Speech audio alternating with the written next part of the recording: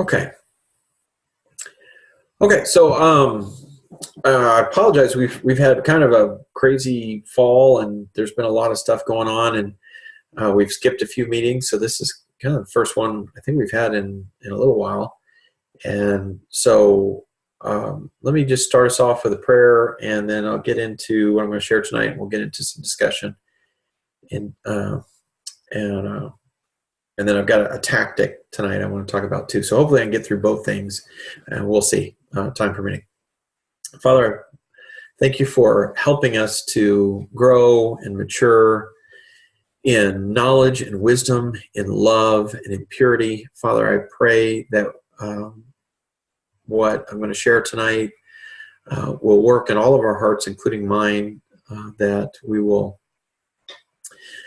be able to use this information to help bring a lost soul to you, to help them to come into your family and to be saved and to be born again and receive your grace and mercy. I thank you for that in Jesus' name. Amen. Okay, so what I want to cover tonight is the topic of evolution. Evolution is a big subject, and we're not going to cover everything tonight. I'm going to pick out a few things that I like to cover when interacting with someone who has, is skeptical of Christianity or the Bible because of evolution. And so we'll focus on that. I'm going to do this as a series of questions. So the first is, what is evolution? That's the first problem in discussing this subject, is the fact that it has such a broad potential meaning that if you don't clarify what you mean, to say that you don't believe in evolution could make you sound utterly ridiculous, and legitimately so. If all we mean by evolution is that things change, well, sure, everybody knows that. Everybody believes things change. But is that really what we're talking about? Is that the kind of evolution that we actually mean? So here's there's several big definitions of evolution. And I'm not talking about a particular theory, but the kind of evolution that we're talking about. The first is cosmological evolution, the evolution of the universe itself. How did the universe come to be, both initially and in its present state? Then there's stellar evolution. How do stars evolve? How do they go from being just gases to being a star and a solar system? How does that happen? That's the idea, is that that stars evolve and everything that goes with them evolves. That's stellar evolution. Then there's chemical evolution, which is the evolution of moving from simpler to more complex chemicals. How do you go from a simple hydrogen atom to something much more complex like gold or lead or uranium? And then finally is biological evolution, and that's primarily what we're concerned with tonight, is biological evolution. And this comes in three stages or steps, three things that you could talk about. The first is how the first life came about. How did it evolve? How did the first life go from non-life to life? The second is generally called macroevolution. This is big change, big evolution from species to species. So this is sort of fish to human kind of change, right? A big change. And then finally is microevolution, which is small change, breeds of dogs. So how do you go from a wolf or a coyote to a Chihuahua and a Dalmatian? So that's microevolution. They're both still dogs, they're both still the same species, but they're pretty different, and so there's a change there. Microevolution, of all the ones that we just talked about, cosmological, stellar, chemical, biological, the initial biological evolution of how something came to be, from life came from non-life, and macroevolution and microevolution, all of those, the only one that we observe at all is microevolution. We do not observe any of the other evolution. So any theory about those is basically taking evidence and interpreting that evidence according to the particular theory. So question 2 is, what is the current generally accepted theory of evolution? The current theory of evolution, the biological is what I'm talking about, biological evolution, is what's called the modern evolutionary synthesis. And this is actually the combination of two concepts. It's the combination of Darwinian evolution and genetics. So genetics is your genes, is the DNA molecule, and the genes in your DNA molecule and how they express, and the idea that those genetics are passed from parent to child or parents to child. They mix and they change because of that, and most importantly, that your genes can mutate. So you can have a change in a gene from parent to child, or a change in a parent that is passed to a child, and therefore you've got a little bit of change in that genetic code. That, combined with Darwin's theory of evolution, which basically said that we all come from a common ancestor, that all the different species go back through common ancestors to a single common ancestor, and that has occurred through natural selection acting on random, what he called variances or variations. The random variations, that's the genetics. So that's been replaced with the genetics. Natural selection is typically environmental pressures that are selecting for a change that is more beneficial to that particular animal or plant. So if an environment, for instance, if you get a variance in a particular animal that causes it to go from dark fur to white fur, and oh, by the way, they're now living in an area where there's snow on the ground for 3/4 of the year, then that white fur is going to give them a better survival advantage, and so they're more likely to breed and pass along that genetic variation. So that's the modern evolutionary synthesis. That's the theory of how all of these things came to be. And there's a lot more to it than that, but that's the basic gist of it. The third question is, what does the current theory of evolution attempt to explain? And again, biological evolution. First, it tries to explain the diversity of species and where all those species came from a single common ancestor. So you look around, you see everything from giraffes to elephants to ants to dolphins to eagles to redwood trees, everything that you see, every different kind of life, that it tries to explain how did we get so much diversity, and it explains that. It tries to explain that through a series of common ancestors going all the way back to a single common ancestor. And we'll get into in a minute why that all is important.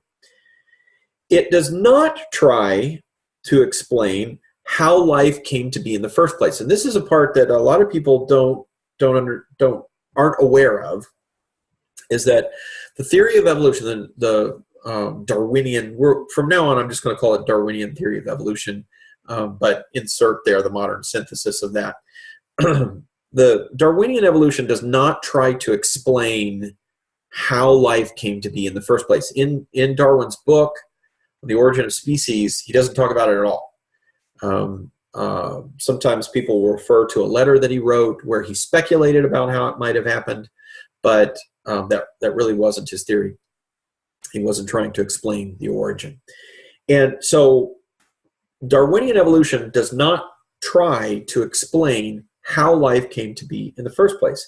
In fact, there currently is no generally accepted theory of how life began.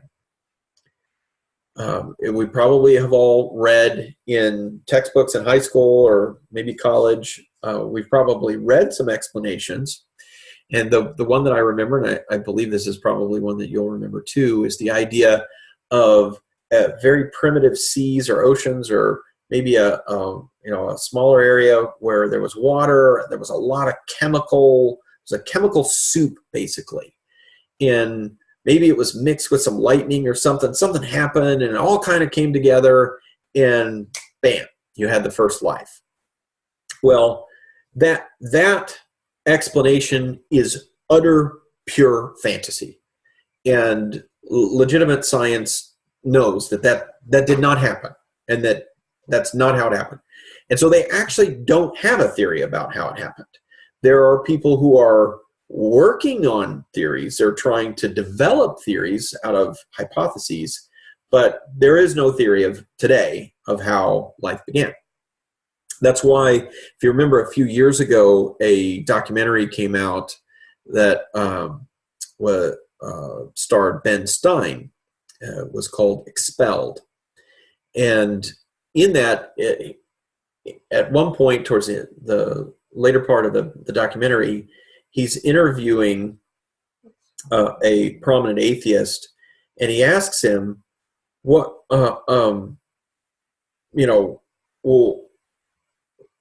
did all this stuff come from? How did the first life begin? And this professor says, well, it could have been aliens. And the look on Ben Stein's face is priceless, because he said, wait a minute, you're admitting you don't know. And he says, of course we don't know. Nobody knows, right? And so you get a little glimpse into, in reality, they have no idea. Nobody knows in the scientific world how that could have happened through some sort of scientific, naturalistic explanation.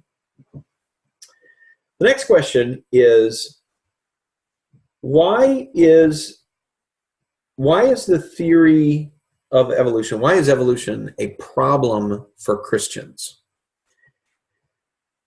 And here's why. The theory of evolution is specifically attempting to find a natural, and read that as materialistic, explanation for how the universe, and more importantly, life, came to be. So the theory of evolution is trying to say, how did we get all this through some sort of materialistic means? In other words, no God involved, no intelligent designer, no creative designer involved, no supernatural explanation. We're only going to have a natural explanation. How are we going to explain that? That's what the theory of evolution is trying to do. Any theory of evolution is trying to do that. There are theories of both chemical and cosmological evolution, and they are trying to explain how these things came about through non-supernatural materialistic means. Well, if that's what the goal of the theory of evolution is trying to do, you can immediately see why that's a problem for Christianity. Because Christianity explains all the life that we see, everything that we find, through Creator God. That's our explanation. So it's in direct contradiction to our explanation.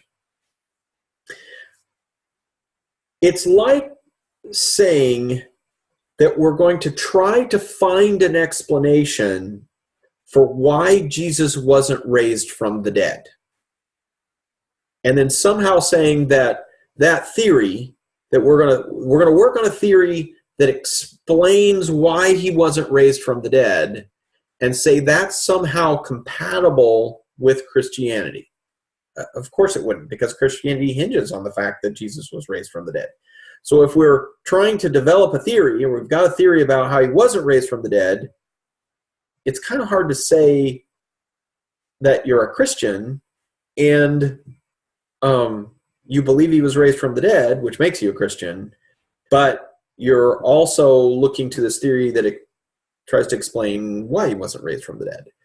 And so it's a little like that, where the Christian worldview believes that God created the heavens and the earth and all life in it. Well, okay, then a theory that tries to explain how it didn't happen that way, there was no creator involved, well, that's in direct contradiction to that. So at its most basic level, that's the problem. There's a lot more to it than that. There's a book that has just come out on theistic evolution, which is the belief that God used evolution to create everything, that I'm looking forward to reading. But there is a theory, but it's sort of one of those situations where you've got somebody trying to hold contradictory concepts in their head. The idea that there is a creator God who creates life and a mechanism, a theory of a mechanism for how life came to be that doesn't involve a creator God, that doesn't need one, those things are at odds. So what are some of the major weaknesses of evolution? Let's take a look at that. The first, and one of the easiest to grasp and make people kind of think again, well, no, wait a minute, is that it relies on what's called abiogenesis. What abiogenesis means is life from non-life. That the first life had to come from non-living material. It's also called spontaneous combustion. Yeah. Or not spontaneous something. It's where you have a dead material coming to life. It's literally Frankenstein. It's again, soup of chemicals, some lightning, something, and bam, you have life, right? I've heard it explained this way before, that if you believe in the theory of evolution, the modern Darwinian theory of evolution, you believe that your ancestors were rocks. The common one that people talk about is monkeys, right? We evolved from an ape-like ancestor, or somebody on the other side saying, we didn't evolve from monkeys, right? And they're talking about apes and monkeys. But if you're going to take it seriously, you actually are saying, my great on so forth ancestor was a rock. Well, okay. That sounds like a bunch of hogwash. And most people realize that. Most people realize that you really can't take rocks and then have life. I remember the term.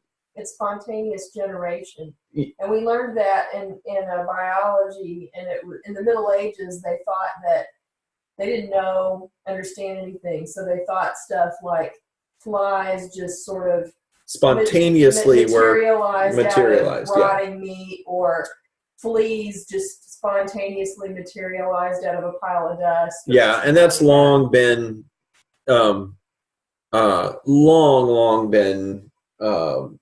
debunked. That's not how life comes about. Life only comes from life. We know that beyond any doubt from observation. Life requires life in order to be created. And I'm not going to go into a lot of the technical details of that in this session. We might cover that in a future session. So the first problem is abiogenesis. The second is that randomness and law-like processes are not the source of the information required for life, right? So all life requires information. And the basic one that everybody's pretty familiar with is the DNA molecule and the coding inside the DNA molecule. Now, that is not the only information required for life. It's not the only location of information required for life, but we'll talk about that one. So the DNA molecule, the information there, if you picture the DNA double helix where you've got sort of like a spiraling ladder, right? And you have rungs of the ladder, and then you have the sides of the ladder. And the rungs of the ladder are what determine the coding. And basically it's like an alphabet, and you've got these different molecules, and the way they combine creates this code, this language. And they attach to the sides of this, to these sugar molecules on the side, but those are all the same. So the way in which they're arranged is there's not an arrangement that happens by some sort of law-like process, right? So in other words, it's not that if you think about, if I took the letters A, B, C, and D, and I'm going to create a law-like process to create words. And the law-like process is that if I have a C, it's always followed by an A, unless D came before, in which case it's a B. Well, the problem is, as soon as I have a C, what's going to happen? I'm always going to have an A. That's a law-like process. So you can't, that's not the way language works. That's not the way coding works. You have to have flexibility. And I can't just throw a bunch of Scrabble letters out onto the floor randomly and get a sophisticated code. But I also can't have a law-like process where I'm saying, okay, if it's this letter, then it's always this letter, then it's always this letter, then it's always one of these two letters, and then it's always this letter. That won't create a language. So between these two, because randomness is fairly obvious, that the idea that you can just randomly generate an entire language, I think to most people is utter nonsense. So if neither of those processes work, randomness doesn't work, law-like processes don't work to create information, and all of life is dependent on information, well, then where did that information come from? Because the only things that are available to naturalistic explanations are randomness and law-like physical processes. The third is that, and this is a big one, and I'm gonna read you what I wrote here, and then I'll try and explain this. This is a big deal. Similarity, or what science likes to call homology, is supposed as evidence of common ancestry, except when it isn't. Now let me read it again, and then I'll try and explain. Similarity, homology, is supposed as evidence of common ancestry, except when it isn't evidence of common ancestry. When you have similarities, but they're not evidence of common ancestry. All right, so what do I mean by all that? So I remember me reading an author many years ago who was an evolutionary apologist.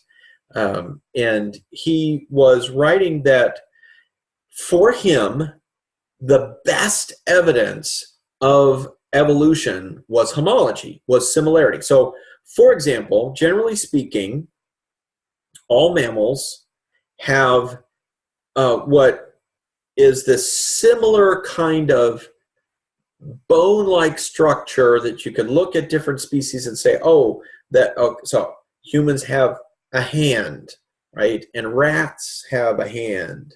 And if you look at the bones of an elephant's foot, it's kind of similar to that. And, a whale's fin and a bat's wing and all this kind of stuff, right? So they're all there's this similarity between them. And there's lots of that kind of thing in all of biology. And so the idea is, okay, these similarities indicate that all of these things came from a common ancestor who had that trait. But the problem is, again, that is evidence for common ancestry, except when the similarity wouldn't explain common ancestry. So, for example, a bird's wing and a bat's wing. Both birds and bats fly. But what what science is going to say is that this is called convergent evolution. Both a mammal at one point and a bird at one point developed the ability to fly independent of one another. Bats did not evolve from birds that could fly. Well, that introduces a big problem. If similarity is evidence, except sometimes similarity isn't evidence, how would you ever know the difference? You can't know the difference. So it's not really very good evidence. The other problem with homology or similarity is that it's only evidence because we've supposed it to be evidence, right? Because there's a perfectly legitimate alternative explanation, and that is a designer reusing designs. So, for example, we don't look at a series of modern cars and say, well, all these different modern cars developed naturally, materially, from common ancestors. We look at them and we say, well, no, they're all from a common design. You know, they all got four wheels because that's the common design for a car. So when Chevrolet makes a car, they put four wheels on it because that's the way you design a car. And a Ford does the exact same thing because that's the way you design a car. So it's common design, not common ancestry. All right. So then the fourth thing that I want to talk about in terms of weakness is the problem that there's nowhere near enough time for the number of generations it would take to evolve the higher fauna animals, even if the mechanism of evolution could be demonstrated to create new information, which it hasn't. Even if you could demonstrate that this slow, variation, adding some new stuff, and the way that this works is typically what's used in support of evolution through some sort of demonstration is by taking bacteria and trying to evolve the bacteria. Now, in reality, what happens to the bacteria is when they evolve, they develop a new trait. It's universally because they lost some sort of information. Something degraded, but in the process of degrading, they gained a benefit. And so then it's used as evidence of evolution. Okay, even if we saw a series of changes in maybe we forced some changes to see what would happen in bacteria to create a new feature. And remember, we need a new macro feature. We need a wing. We don't just need the ability to resist a particular antibiotic. We need a wing, right? From a non-wing. Well, it takes literally thousands of generations to create a what gets deemed a new function in bacteria. Okay? Well, think about that as a problem in just the elephant. Vanessa can probably tell us if I'm wrong about this, but if I remember correctly, elephants take about 2 years to gestate a new elephant, right? So the new baby elephant is in the mom elephant's belly for 2 years. How'd you like that? To carry around that baby for 2 years. And she's going to tell us. Yes? Was I right about that? Yeah, I was just going to add that because of that long lifespan, there aren't very many elephant breeding programs. For the most part, elephants are caught and tamed because the actual lifespan before they're actually old enough to breed and then actually deliver a youngster, it makes breeding programs virtually impossible. Wow. So think about that for a minute. If it takes thousands and thousands of generations to create a tiny, tiny little change in a bacteria, there's not enough time. There's not enough generations to create an elephant's trunk. There's just simply not. And that whole problem is just completely glossed over when you're learning about evolution. You know, oh, well, let's focus on the bacteria because we can show this little change here. And, you know, we're going to do some hand waving so you don't look at the problem. Well, no, wait a minute. But yeah, that's a bacteria. And sure, you could have, you know, dozens of generations in a day. But what about the elephant or humans or any number of other animals that take a long time to develop and have very complex features that don't exist in other kinds of animals? And you have to develop that very complex system. Well, this is not. It's a big weakness. All right. So let me wrap this up with, how do you help someone who's ensnared by this bogus theory? I'm just going to call it what it is. It's a bogus theory. It's not true. It's imagination. How do you help someone that believes in it? They trust in it. They believe that this is true and it happened. And now they're struggling with Christianity and the Bible because they see that conflict between the two ideas. How do you help? Well, we always want to fall back on our questions. We want to learn to ask good questions. So first of all, you'll recall one of the first things I said in the series was knowledge is key. It's power, right? If you don't know, if you're ignorant, you're not going to be able to help people. So you got to get knowledgeable, and evolution is one of those areas.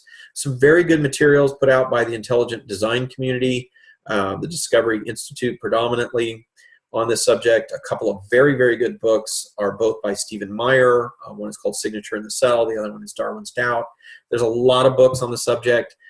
In Nancy Pearcey's book, Total Truth, she has 4 chapters on this whole issue and the problem and intelligent design. They're very, very, very good. And it's just 4 chapters. So if you read those 4 chapters, you got a really pretty good handle on the whole subject. But so first of all, we want to use questions to uncover what exactly they mean by evolution, right? Because people will say, well, yeah, but we know evolution. I mean, that's settled science. What exactly do you mean by evolution when you're saying that? What have we observed? Remembering that we've only ever observed changes within an individual species. Even with the bacteria, right? Then that's the one that typically gets touted as proof of evolution, as changes in bacteria. They're still the same bacteria. They have not changed. It's like I took a wolf and I created a chihuahua. Yeah, I changed that sucker a whole lot. It's still a dog, right? The bacteria that develop resistance to antibiotics is still a bacteria, and it's the same kind of bacteria. It just has a little bit of a change, so now it's not affected by that antibiotic anymore, but it's still that bacteria. It's not it didn't suddenly grow an elephant trunk. It didn't develop a whole new feature of a complex system. And it didn't develop like a bacteria that doesn't have a tail called a flagellum to move around, didn't develop a tail to move around, right? That's a very complex system, requires a lot of different parts. So we're still only talking about microevolution. We're not talking about macroevolution. So we want to know, what do they mean and what is their evidence for what they mean? If they're talking about microevolution, well, bacteria, oh yeah, it's microevolution, totally believe in microevolution. Changes within species happen all the time. In fact, I got a dog, it's a corgi, it's pretty different than a wolf or a coyote. Yeah, that happens. But it doesn't have wings, right? We didn't take a bunch of dog breeding and develop a cat, right? That's a different kind of thing altogether. So you want to find out what exactly do they mean. Second is use questions to help them see how the weaknesses defeat any idea of evolution. This again takes some knowledge. So we went through some of those today, and it's not like you can watch this video and suddenly you're going to be able to do this stuff. This is just a taste of these things. You got to spend some time on your own on these issues. But if you understand those weaknesses, you can use questions to help them see that. I helped a young man one time who was an atheist, who was an atheist because of evolution. I helped him move from atheism to theism, from believing there is no God to believing there is a God. And then some other people helped him to come to faith in Christ. But I got him that first step simply by talking about the information in DNA and why that was evidence of a designer. In my opinion, of all the different things that you could study, that's probably the best one. Because there's just hands down, we all know it. You're walking along the beach and suddenly you see scribbled in the sand the shape of a heart, and inside it says John plus Lisa. Nobody in their right mind looks at that and says, man, it is amazing what the wind and the waves can do. Nobody does that. They look at it and they go, that there was somebody here, John and Lisa were here, right? That's what they're going to say. Why are they going to do that?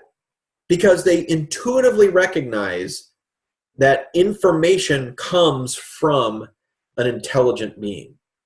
And so I highly encourage studying that particular aspect, probably more than any others, because it's hard to argue with. Third, help them take those ideas, like the one I just described, and help them to see that an intelligent creator is the better explanation for both the presence of life and the diversity of life. So I can go back to the first life. How did that come to be, right?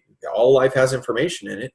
Even if evolution was occurring, you got to get the information in there in the beginning somehow. How did the information get there in the first place? The best explanation of that is somebody put it there, right? Because we know information only has one source, an intelligent mind. So you want to take the person, and again, questions are ideal for this, and help them to see intelligence in a creator is a better explanation for both the presence and the diversity of life. Okay, so let's see, how are we doing on time? It's 6:43. Tell you what, I want to open it up for questions, and then I've got a real simple tactic I want to share, so we'll do that in the last 5 minutes. Does anybody have any questions?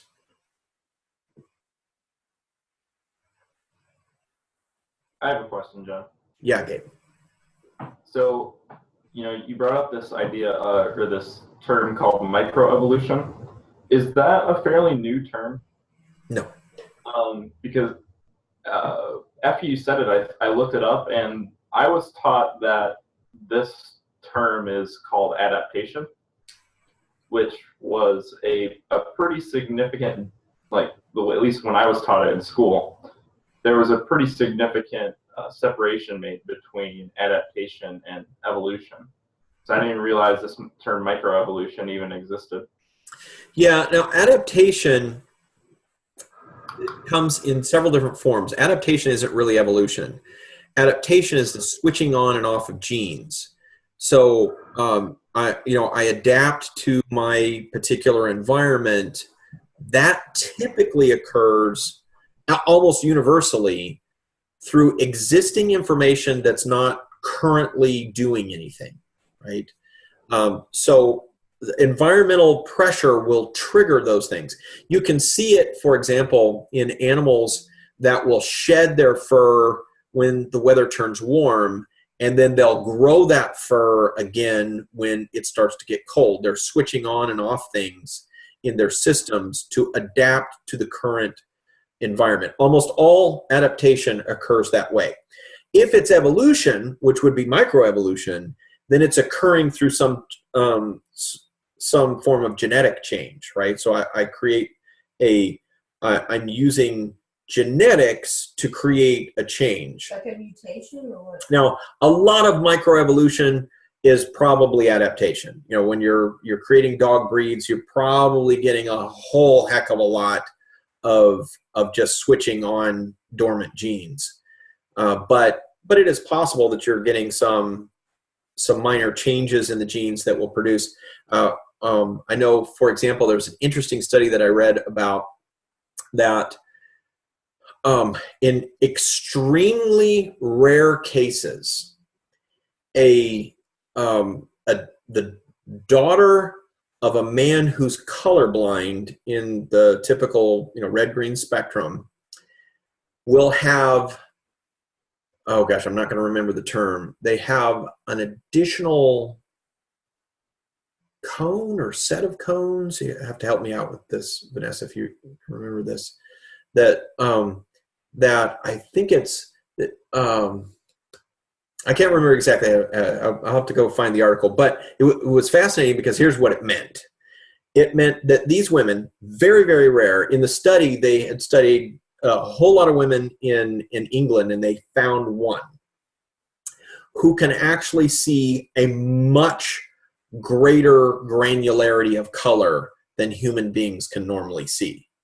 And it was in the order of like tens of thousands, where they are able to see, when you and I would look at two yellows and see the exact same color, but in reality they're not quite the same frequency, but we're seeing the same yellow.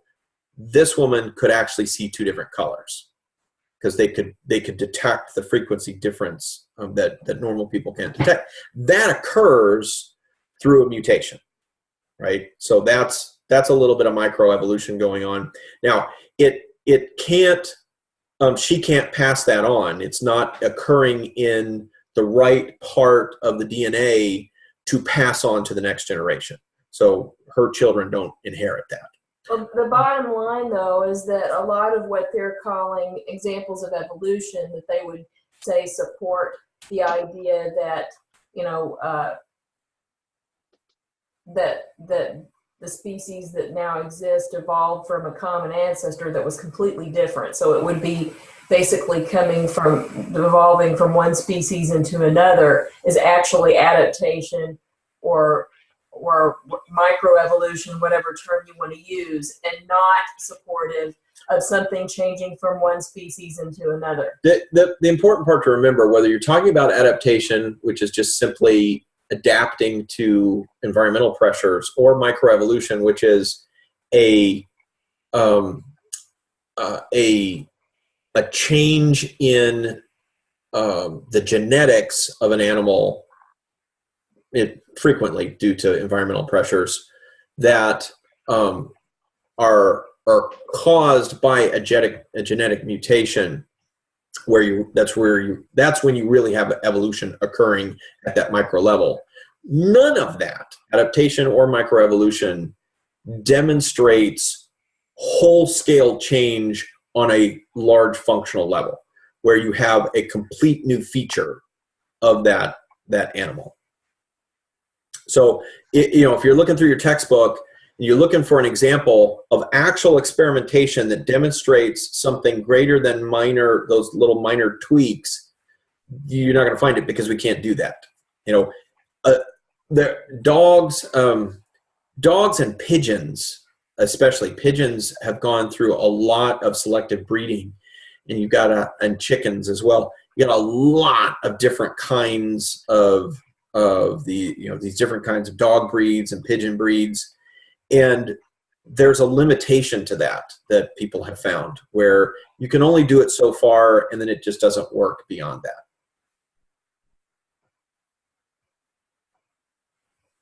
So I don't know if that answered your question, Gabe, or not. Yeah, it does. Because I was reading an article, and they were listing off a bunch of examples, and all of them are, to me, are very clear adaptation examples without any genetic change. But yeah, that's why I asked. Yeah. So this is part going back to that first question that I suggested, which is clarifying what they actually mean. Right? That's really important, because discussions frequently fall into the fallacy of equivocation, where I'm trying to convince you, so I do a little sleight of hand. I use some microevolution, and then I to demonstrate, oh, see, evolution is occurring. But that second usage of evolution, I really mean macroevolution. I showed you microevolution, but now I'm going to talk about macroevolution. Vanessa's got her hand up. Yeah, it was along those lines. The idea of natural selection being pushed as evidence of evolution. Natural selection is almost always just evidence of the incredible genetic diversity that already exists within us. And for natural selection to work, the idea that an animal that has white hair would be more likely to live and pass on its genes in a cold environment, that doesn't require anything beyond genetics. It just means that the ones that happen to be white pass on white genes. That doesn't actually require anything that any of us would disagree with. Where the challenge comes in is when they say that because the area was cold, a mutation occurred that created a white hair gene that didn't exist before. And that's where I take issue, because whenever there is a genetic mutation that we know of, it almost always hurts the species rather than helping it. An example is the Scottish fold cat. It was a genetic mutation in a barn cat, and somebody decided that it was cute, and so they kept doing it. And the Scottish folds, their ears don't stand up; they're crinked over. But what it does is it leads to chronic ear infections, but also the same mutation that led to the ears not standing up also leads to other cartilage changes, and they have all sorts of orthopedic problems, to the point that many people consider it inhumane to even breed them. Wow, you should tell her because she likes Yeah, it. that's really good. Our daughter, That's a great example. our daughter has wanted one of those. I don't know that she knew all that.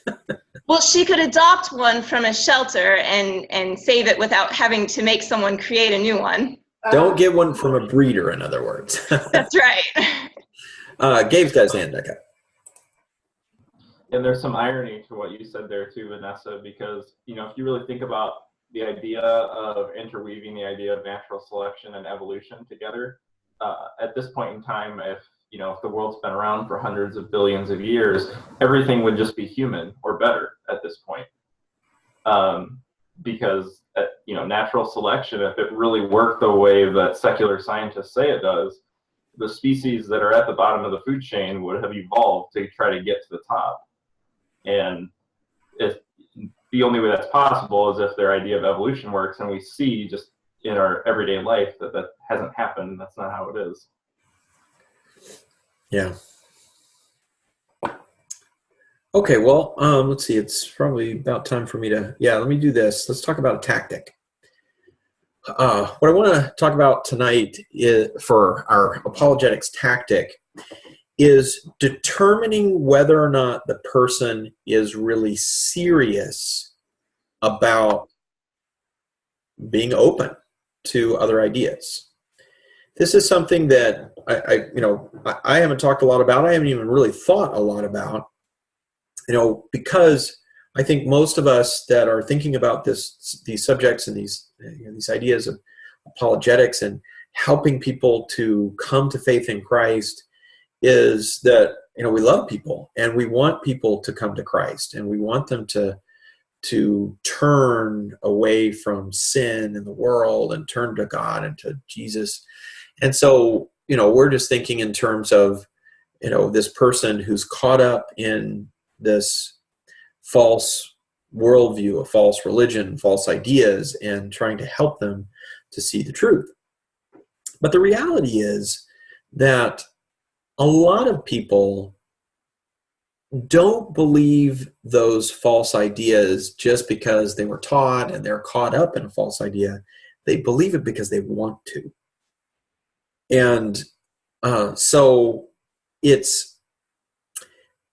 I'll give you an example that I think will help illustrate the idea of why people frequently, why they want to believe, a lot of the modern ideas of atheistic types of ideas, materialism and so forth. In the 1970s, there was a man by the name of Julian Huxley, who was a famous evolutionist and a leading spokesman of evolution and proponent of evolution in the 20th century.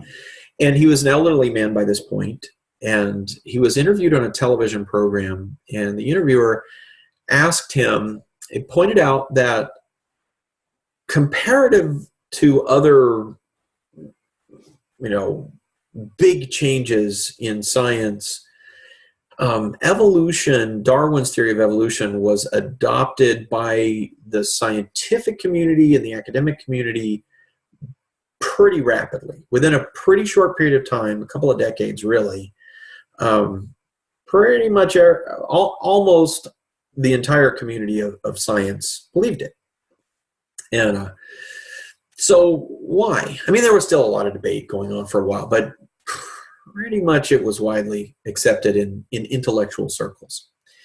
And so he asked him, why do you think that happened so quickly? Now, this is a guy, he's an evolutionist, he's a professor of evolution, he teaches this stuff, he was a world-renowned spokesman for the subject.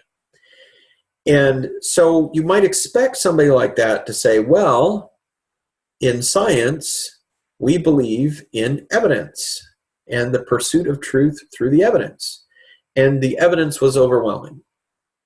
I mean, I would think that if I were in his position, that's how I would have answered that question, right? But in a moment of, candor is the right word, a moment of pure candor, this is what he said. He said, I may not get the quote exactly right, but he said, I suppose the reason that it was so quickly adopted was because the idea of God interfered with our sexual mores. So it wasn't, what he was saying is, it's not that we believed in evolution because, it's overwhelmingly, obviously true. We believed in evolution because it fit what we wanted in terms of sex. Candor, again, the right word.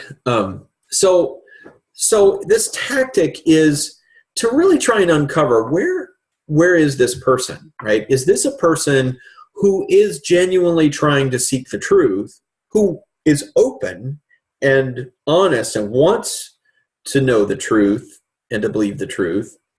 Or is this a person who doesn't really care? They like what they believe and they're not interested.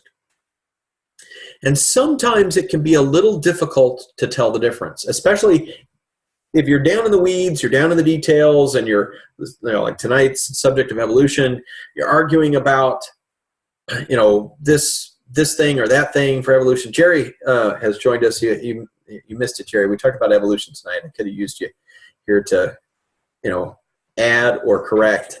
I thought maybe sorry about that. I was like, who is that behind him? Is that his girlfriend? And then I figured out, no, it's his dog. That's his girlfriend. Yeah. So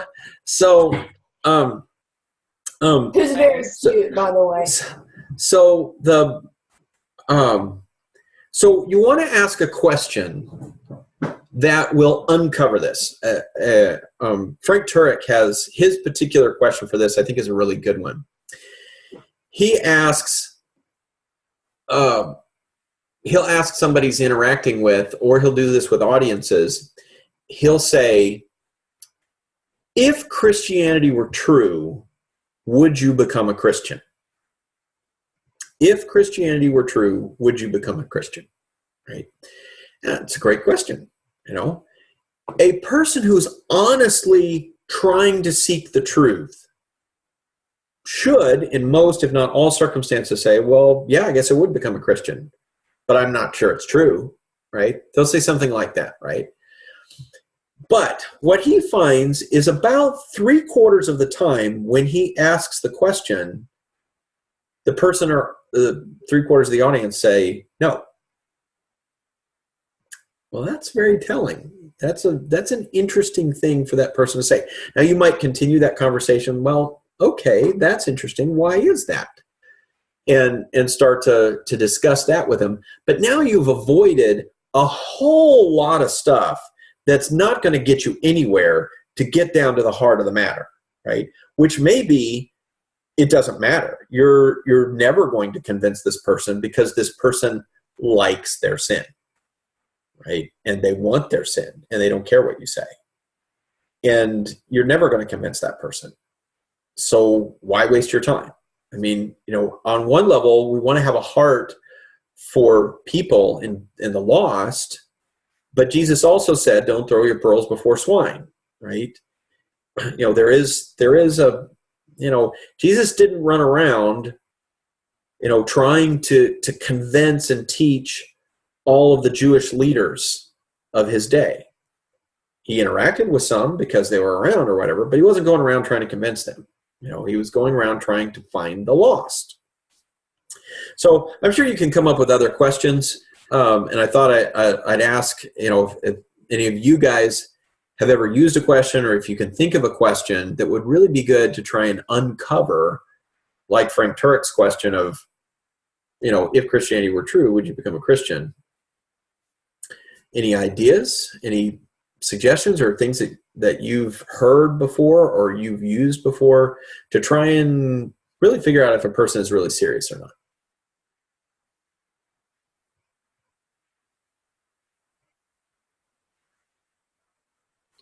Sarah, are you trying to talk or? No, I just had an alarm going off. I was just thinking, honestly, most of my, and maybe it's just because this is how the Lord has used me or where I've been, where I came from, most of my quote unquote like ministering or sharing has mostly been not so much on the scientific side as much, like I was just thinking as we're talking about this, I really don't run into a whole lot of people that are like die hard scientific atheists as much as I do. It's just kind of a relational bent or, problems with, and I don't want to get into it, but, with the usual like doctrinal stuff. Well, how would you, so most people are that way. You're not going to find, most people have been affected by these scientific theories, but it's not like they're running around talking about, well, the modern evolutionary synthesis says. They're not doing that, right? Right. Maybe they had a bad experience growing up in church and they became an atheist and, they went to college, they heard some professors are like, yeah, it's all a bunch of bunk. And so now you're dealing with that person. How would you, in those circumstances that you talked about that you typically encounter, how would you ask a question? What kind of question would you ask to see, are they really interested? Do they really want to know the truth? Or do they just like the way their life is and they want, and this is the way I like to put it because it sounds bad, but it's the legitimate truth. They want their sin.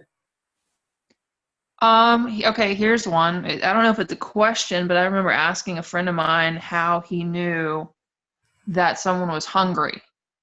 Because I was like kind of going up against a lot of walls. Everybody had their walls up at first. And when I, first reached out and tried to do some different types of evangelism, and I was always surprised by the ones who would take it, and be hungry, and the ones who weren't. And I was like, how do you know? And he's like, and it sounds simple, but when what they're going to for food isn't feeding them anymore. I mean, it's usually the miserable people.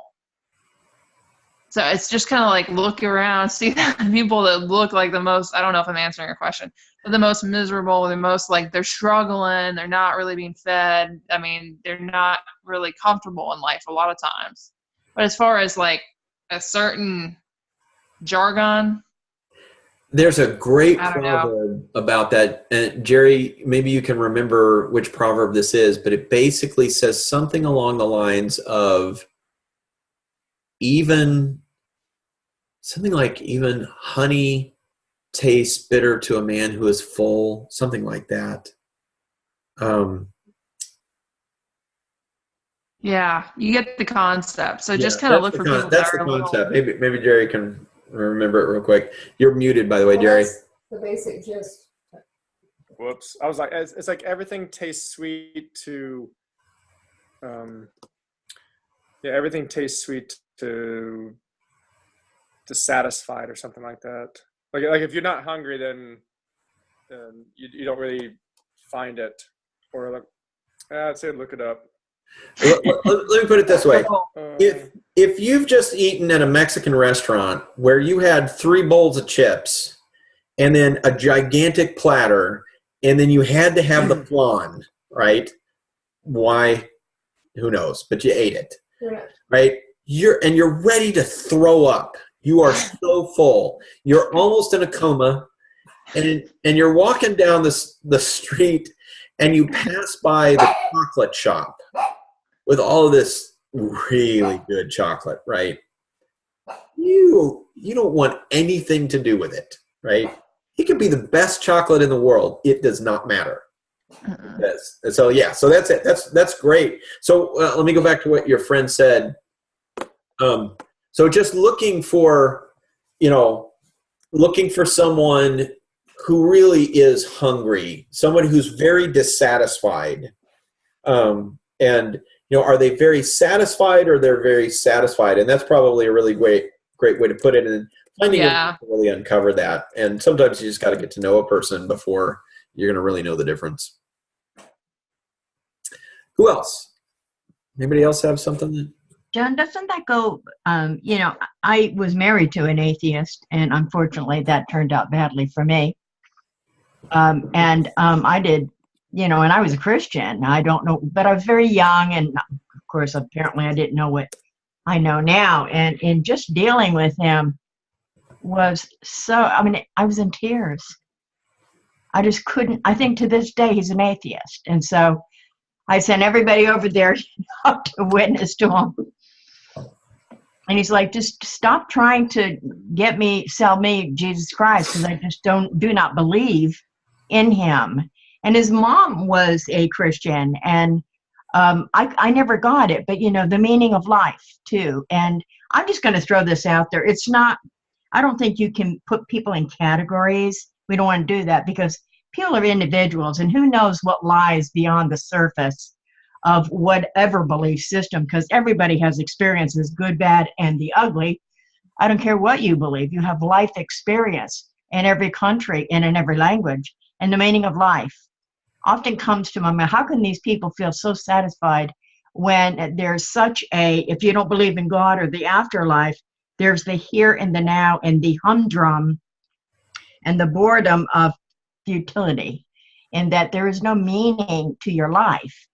This is the question that, I think kind of drove me into Christianity. Of course, I think I was always a Christian, but it's a big meaning. Like, what is the meaning of life to you? Like, how do you derive meaning in life? And it's the drive of mankind. It's the drive of most people to get up in the morning and not just be a robot walking through life. There is, feeling and relationship for all mankind. It's just the general, the drum of our heart, the hum of our heart, the song that we sing. And even atheists, have to believe in something other than, well, there is no God. There has to be meaning and context in their life for them to, not commit suicide, so that life is not depressing. And you know what I'm saying. And I could never get that man who I thought was pretty wonderful to this day. I even asked well, did you witness to him, to my brother? He never it's hard for me to swallow. I don't want Jesus Christ to be a part of my world. And so, like a fire for you, buddy. I didn't say that, but the conflict was on in my life. The conflict that I have with talking to a person like that and just living life with no belief system whatsoever is hard for me to live with and grasp, because I do have meaning in my life and fulfillment through, my belief systems and just my way of living. So I got a couple of comments. I'll get to my primary comment. I just have to say this, Jerry, your dog is hilarious. So there's that old saying that says, you can't lead a horse to water, but you can salt his oats, right? you can't make a horse drink. You can't force him to drink, right? But you can create the conditions in which he'll want to. And there's an apologetics lesson in that about what the heck is going on with the whole world and everything in the world that's happening. Why does God allow everything that's happening in the world, right? If, we'll take one example and then we'll wrap up with this.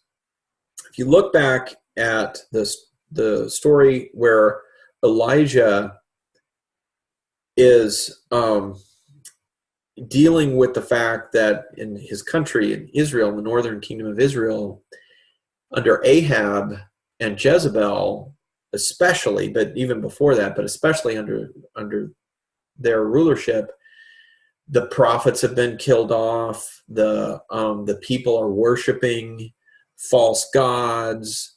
All this stuff is happening. And so finally, he prays for it not to rain. And he's specifically praying for it not to rain. He's salting the oats of the Israelites. He can't make them worship God, Yahweh, the true God, right? They're worshiping false gods. He can't get them to worship the true God. But what he can do is he can salt their oats, right? And he does that by creating drought. So suddenly, those gods those false gods that are worshiping, they're not bringing them all the happiness and all that good stuff that they're liking, right?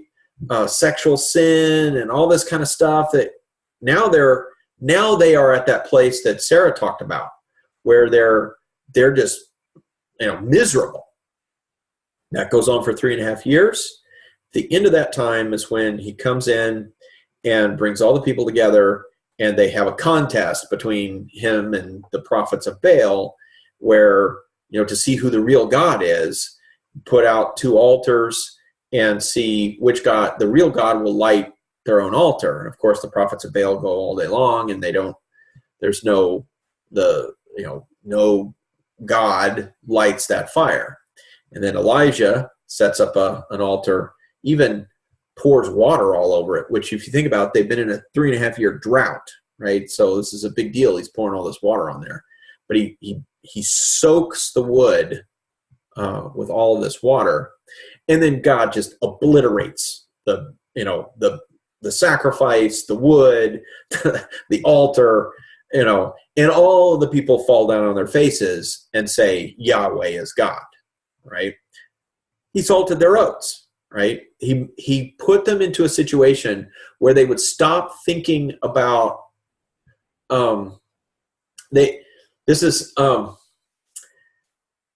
This is why in Brother Yun's book, The Heavenly Man, towards the end of it, he says, the Chinese Christians don't really ask you Western Christians to pray for our government to change so that we can have the kind of freedoms that you have, because we know that the suffering and persecution that we're under is essentially less dangerous to us and our faith than all of the wealth and comfort and pleasures that you in the West live in.